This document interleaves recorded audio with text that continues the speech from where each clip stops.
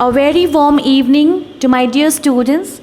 I am Shifa Irkhan and today I am going to teach you and explain you the poem Rain on the Roof by Coates Kinney.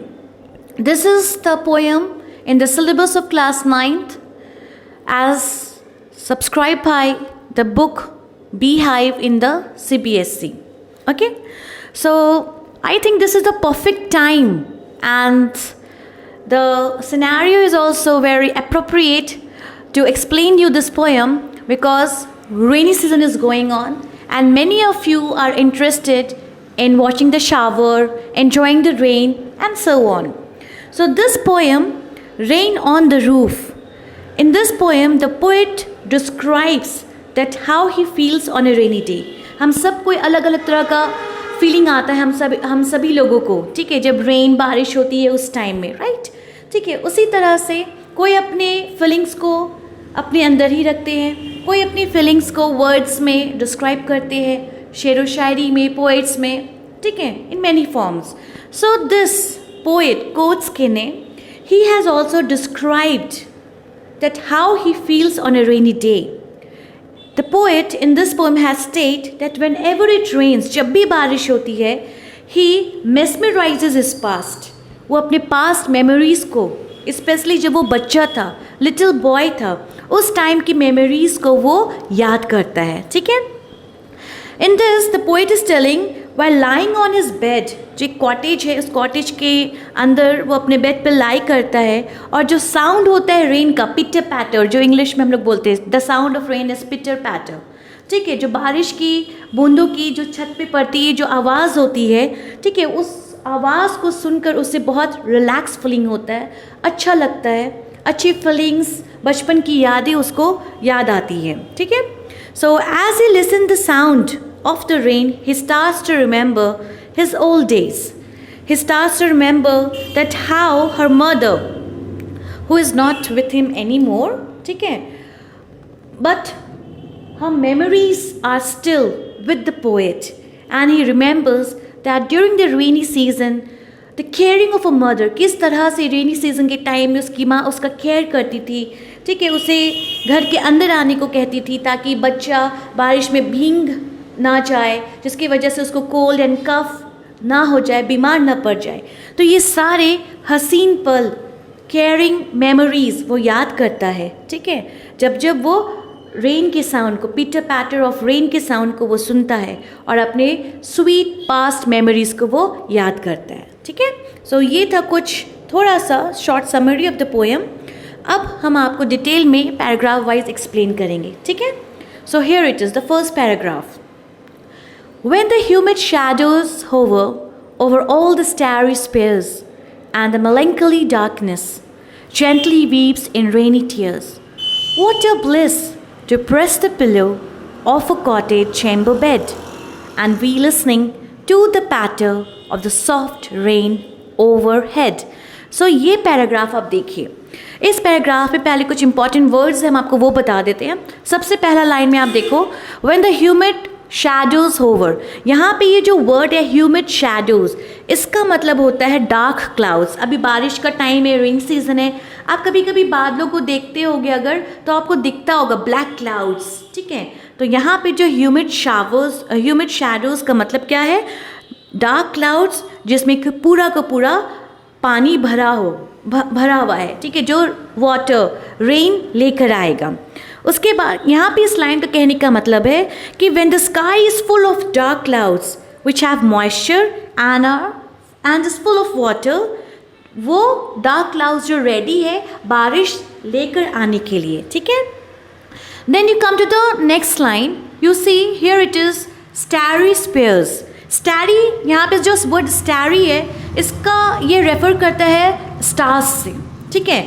So starry spheres मतलब यहाँ पे कहने का मतलब है sky at night time. Night time जब आसमान को हम लोग देखते हैं तो उसमें पूरे के पूरे स्टार्स भरे हुए होते हैं. तो स्टारी स्पेयर्स यहाँ पे रेफर कर रहा है किसको, the time at night when the sky is fully covered with stars. Okay, now I will tell you that what is in this paragraph.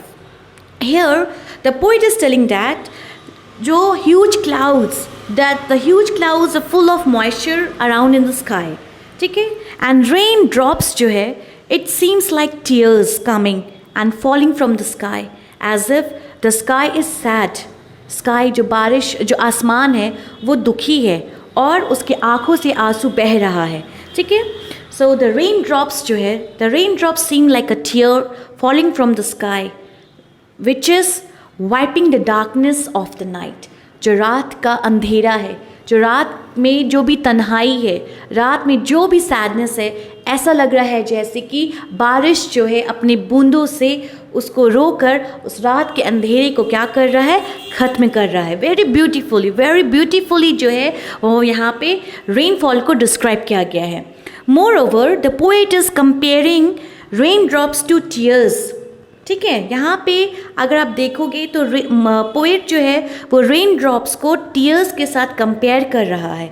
ठीक है, जब हम लोग उदास होते हैं तो हमारे आंखों से आंसू निकलता है. ठीक है, टीयर्स फॉल डाउन, और वो टीयर्स हम लोगों को हल्का महसूस कराता है. उसी तरह से पोएट ने ये चीज़ सिमिलराइज़ किया है कि जिस तरह से रात अंधेरा होता है तो उसमें बहुत सारे सैडनेस छुपे हुए होते हैं, तो बारिश जो है उन सैडनेस को, ठीक है, वाइप आउट कर रहा है. ठीक है, इट इज़ पोएट जो है ये फर्दर ऐड कर रहा है कि बहुत ही मुझे अच्छा एहसास हो रहा है. It is like a blessing to lie on the bed in my cottage and listening to the sound of the rain and remembering my past. तो यहाँ पे तुम देखो वो बोल रहा है, what a bliss to press the pillow of a cottage chamber bed. बोल रहा है कि ये कितना ब्लेसिंग है, अभी मैं अपने आप में कितना ब्लेसफुल महसूस कर रहा हूँ कि मैं अपनी कॉटेज के चैम्बर में बेड पर लेटा अपने पिल्लो को जोर से पकड़ा हुआ हूँ and lie listening to the patter of the soft rain overhead. और मैं बारिश जो हो रही है उसकी आवाज़ को मैं, ठीक है, सुन रहा हूँ जो मेरे रूफ़ के ऊपर में आवाज़ कर रहा है. तो ये चीज़ सुनना और बारिश के बूंदों को एहसास करना, ये मेरे लिए बहुत ही क्या है, ब्लेसिंग्स हैं. ठीक है, क्योंकि वो उसको उसके पास्ट को याद दिलाता है. ठीक है, I hope you understood this much. Now we'll move on to the next paragraph. Okay, so now we'll continue to the next paragraph. Here it is. Every tinkle on the shingles has an echo in the heart, and 1,000 dreamy fancies into busy being start, and 1,000 recollections weave their air throws into woof as I listen to the patter of the rain upon the roof. So here in this part of the poem, the poet is expressing his feeling when he hears the raindrops falling on the roof of the house. है ना? तो यहाँ पे last paragraph में देखो, as I listen to the patter of the rain upon the roof. तो यहाँ पे poet ये कह रहा है कि जैसे ही वो raindrops की आवाज़ें अपने घर के रूफ पर सुनता है, ठीक है, तो उससे बहुत सारी चीज़ें याद आती हैं.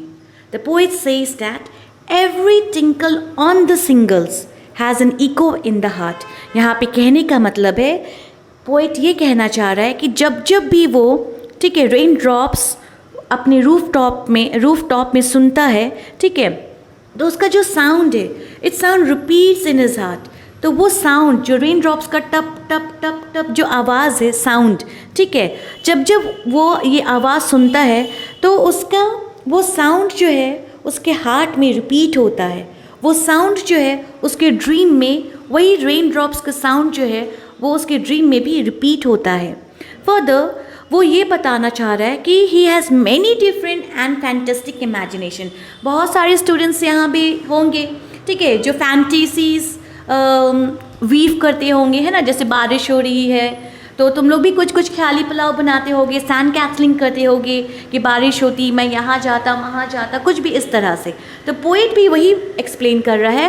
And 1,000 dreamy fancies in too busy being start. बोल रहा है कि जब बारिश होना शुरू होती है और जब बारिश की आवाज़ें मेरे कानों में जाती है, तब मेरे जहन में, मेरे दिमाग में बहुत तरह के फैंटेसीज आते हैं, ठीक है, बहुत तरह के ड्रीम सामने आते हैं, और वो सारे बहुत तरह तरह की थाउजेंड ड्रीमी फैंटेसीज जो है वो उसके दिमाग में बिजी, ठीक है, वीविंग करना शुरू कर देता है. ओके, जैसे फॉर एग्जाम्पल ये जो पोएट जो है वो रिकलेक्ट करता है कि कुछ मेमोरीज अपने पास्ट से, कि बोलते हैं यहाँ पे पोएट कि some of the memories of the past which comes back into his mind as dreams, कि कुछ मेमोरीज स्पेशली लिटिल बॉयज़ के या ममा के साथ जो मेमोरीज है वो फ्लैशबैक से वापस प्रेजेंट में उसके जहन में आते हैं।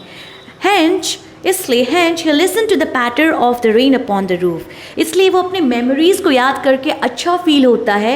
यहाँ पे देखो, and 1,000 recollection weave their air threads into woof as I listen to the patter of the rain upon the roof. यहाँ पे वो कह रहा है कि बहुत सारे पास्ट मेमोरीज रिकलेक्ट होते हैं जब वो रेन ड्रॉप की आवाज़ सुनता है, इसलिए उससे वो कलेक्शन, वो मेमोरीज़ जो स्वीट मेमोरीज़ है उनको रिकलेक्ट करना, उनको दोबारा याद करना उसे बहुत अच्छा लगता है, इसलिए वो रेन ड्रॉप्स को, ठीक है, क्या करता है, सुनना पसंद करता है। That is why he love the pattering sound of the rain drops. Okay, now will move on to the last paragraph. Okay, so now we'll continue to the last paragraph. So in the last paragraph, the poet introduces his mother. You can see the first line. Now in my memory comes my mother as she used in years gone. तो ये line से, second line से हम लोगों को पता चल रहा है कि अब उसकी मदर उसके साथ नहीं है। The mother has been passed. ठीक है? So in the last paragraph, the poet introduces his mother and is saying that he is dreaming of his mother. ठीक है, वो अपनी माँ को मिस कर रहा है और अपनी माँ को ड्रीम कर रहा है। As in the previous stanza that brings rains memories of the past, जैसे कि हम लोग previous stanza में हम लोग देख चुके हैं that the rain is bringing the past memories. See, so यहाँ पे वो जो past memories था, so that memory was especially associated with the mother. ठीक है, so they were the memories, sweet memories of his mother who is no longer alive. Long ago, ठीक है, यहाँ पे देखो, as she used in years agone, means it is saying that long ago his mother uses to love him a lot. Okay, ere she left them till the dawn, oh, I feel her fond look on me as I list to these refrain, which is played upon the singles by the patter of the rain. So this paragraph is mesmerizing the sweet memories and the love of a mother, which the poet is missing a lot, but is remembering in its best, sweetest possible way. So long ago his mother uses to love him a lot. अब तो उसकी mummy इसके पास नहीं है, तो in the past he is remembering कि इसकी माँ उसको कितना प्यार करती थी, and she uses to consider him a darling, sweetheart, darling.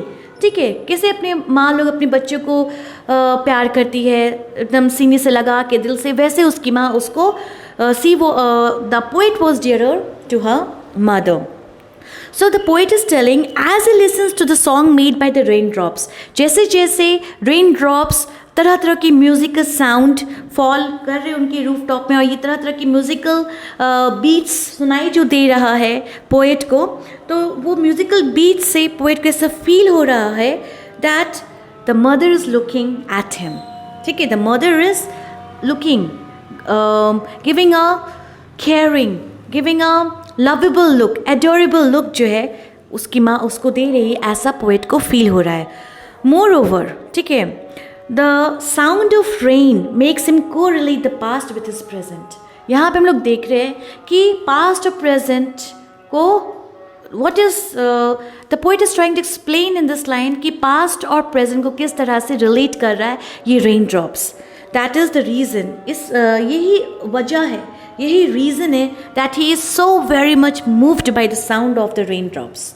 ठीक है, singles of his room. Singles यहाँ पे बहुत कोई वंडर कर रहे होगी कि what does this singles means. यहाँ पे सिंगल्स कहने का मतलब है कि जैसे रूफ होता है या वॉल्स होता है तो उसके ऊपर जो लकड़ी होता है तो वही सिंगल्स कहलाता है. तो उन्हीं लकड़ियों के ऊपर साउंड रेन का, जब रेनफॉल होता है तो पटरा होता है ना, लकड़ी का पटरा वगैरह, उस पर जो आवाज़ होती है, ठीक है, उसी को रेफ़र किया गया है. सो एवरी टाइम, हर बार, whenever the poet hears the sound of the raindrops on the singles, it brings back memories of the past, especially the memories, the sweet memories which he had regarding his mother. कि किस तरह से माँ जो है बारिश के दिनों में अपने बच्चा का खैर करती थी, बोलती थी, उसे डर लगा रहता था कि कहीं मेरा बच्चा बारिश में भीग कर बीमार न पड़ जाए. तो ये सारे स्वीट मेमोरीज जो है वो याद करता है और दैट इज़ वाई वो रेन ड्रॉप्स के साउंड को इतना पसंद करता है. ठीक है. So this was the explanation of the poem rain on the roof paragraph wise. Now in the second part of my video, we will come to know about the theme and poetic devices, which is very important for class 9 to know. So please do watch the second part of the video for your own benefit. Thank you.